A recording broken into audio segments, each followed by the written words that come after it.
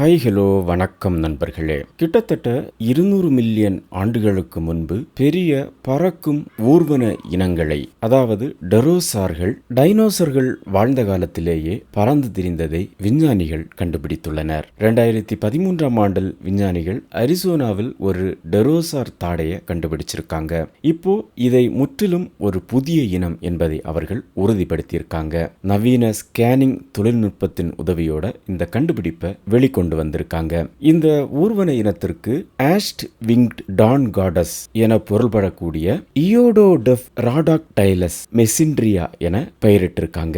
அப்போ இருந்த நதி படுகைகள்ல எரிமலை சாம்பல் இந்த இனத்தின் எலும்புகளை பாதுகாத்ததா கூறப்படுது.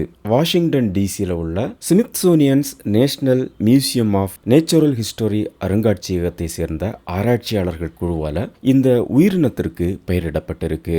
இந்த டெரோசார் புதைப்படிவம் 209 மில்லியன் ஆண்டுகள் பழமையானது எனவும் தற்போது வட அமெரிக்காவில் கண்டுபிடிக்கப்பட்ட மிக பழமையான டெரோசார் என நிபுணர்கள் சொல்றாங்க. இந்த புதைப்படிவங்கள்ல எலும்புகள், பற்கள், மீன் செதில்கள் போன்றவை அடங்கியிருக்கிறது.